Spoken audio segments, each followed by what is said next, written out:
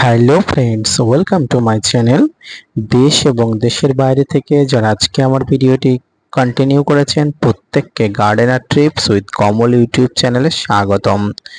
তো ফ্রেন্ডস, আজকে আমি আলোচনা করব জবা গাছে প্রচুর পরিমাণ ফুল আনা এবং প্রচুর পরিমাণ কুড়ি আনার গোপন পরিচর্যা।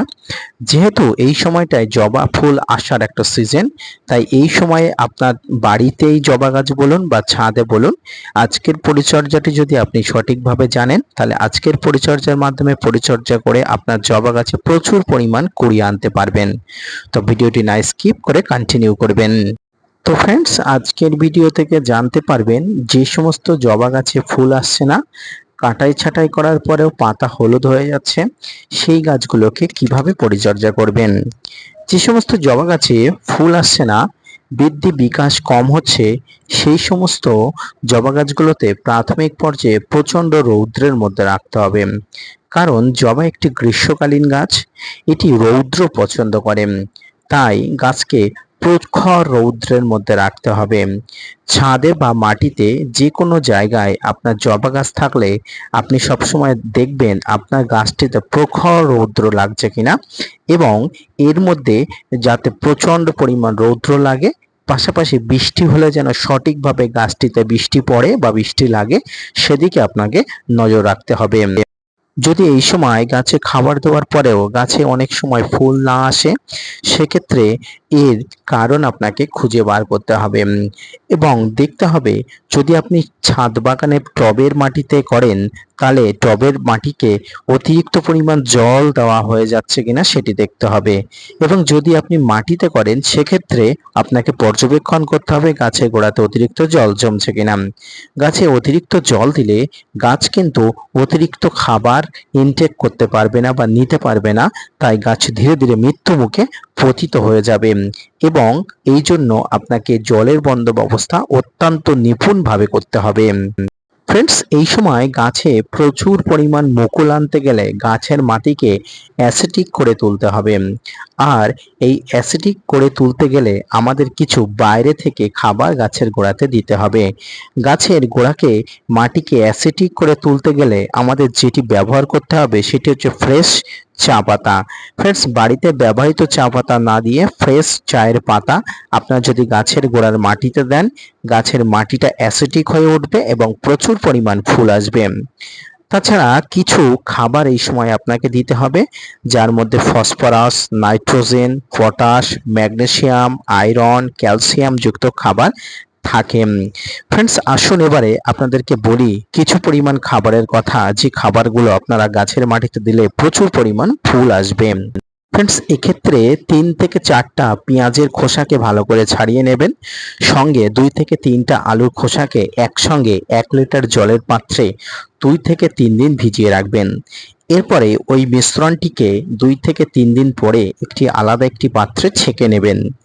এরপরে আপনার গাছে জন্য যে মিশ্রণটি তৈরি হলো, এই মিশ্রণের মধ্যে কিন্তু ফসফরাস এবং ক্যালসিয়াম যুক্ত খাবার নেই, তাই বাইরে থেকে কিছু ফসফরাস এবং ক্যালসিয়াম যুক্ত খাবার মেশাতে হবে। তাই এক্ষেত্রে 2 থেকে 3টা ডিমের খোসাকে আপনারা ভালো করে রৌদ্রে শুকিয়ে ভালো করে মিক্সিংয়ে গুঁড়ো করে পাউডার মতো করে এই মিশ্রণে মিশিয়ে দেবেন।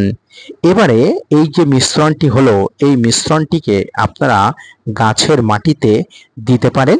পাশাপাশি এই যে ডিমের খোসার কথা বললাম, এই ডিমের খোসাটাও আপনারা গাছের মাটিতে সরাসরি দিতে পারেন।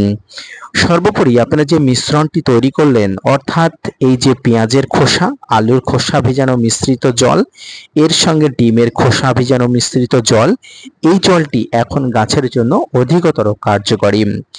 আপনি এই জলটি যদি গাছের গোড়াতে মাসে 2বার দেন, অর্থাৎ 15 দিন বাদে বাদে আপনি দিতে থাকেন, তাহলে আপনার বাড়িতে লাগানো জবা গাছ, সেটি মাঠে আপনার বাড়ির সামনে হোক বা আপনার ছাদে হোক, ফুলে ফুলে ভরে উঠবে।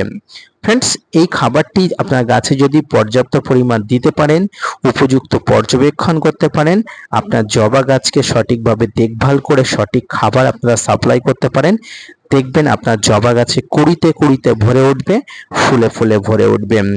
এই 15 দিন বাদে বাদে আপনাকে এই যে মিশ্রণটির কথা বললাম, অর্থাৎ পেঁয়াজের খোসা, আলুর খোসা এবং ডিমের খোসা একসঙ্গে মিশ্রিত যে জল, এই জলটি আপনারা 15 দিন বাদে বাদে গাছে দিয়ে দেখুন। সেটি টবের মাটি হোক বা বাড়ির সামনে পোতা কোনো গাছে হোক, প্রচুর পরিমাণ মুকুল আসবে, এটুকু আপনাকে বলতে পারি।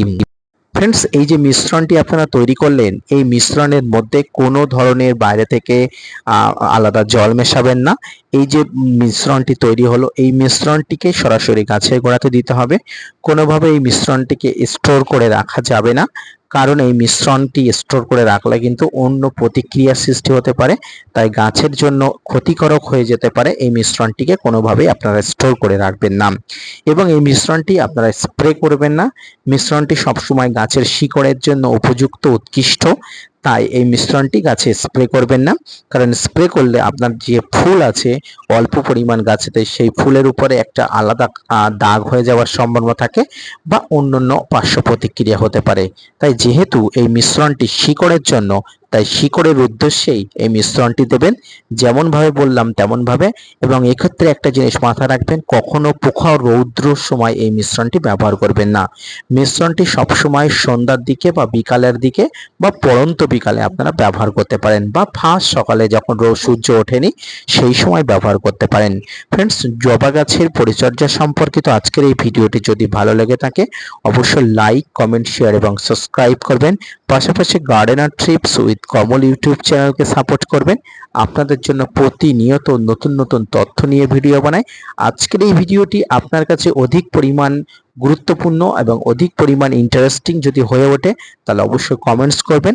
পাশাপাশি আপনাদের জন্য একটা হোয়াটসঅ্যাপ গ্রুপ খুলেছি, আপনারা অবশ্যই কমিউনিটি পোস্টে গিয়ে আমার হোয়াটসঅ্যাপ গ্রুপে আপনারা জয়েন হয়ে যেতে পারেন। যে কোনো ধরনের সমস্যায় আমি আপনাদের সমস্ত প্রশ্নের উত্তর দেবো। ভিডিওটি দেখার জন্য অসংখ্য ধন্যবাদ, ভালো থাকবেন।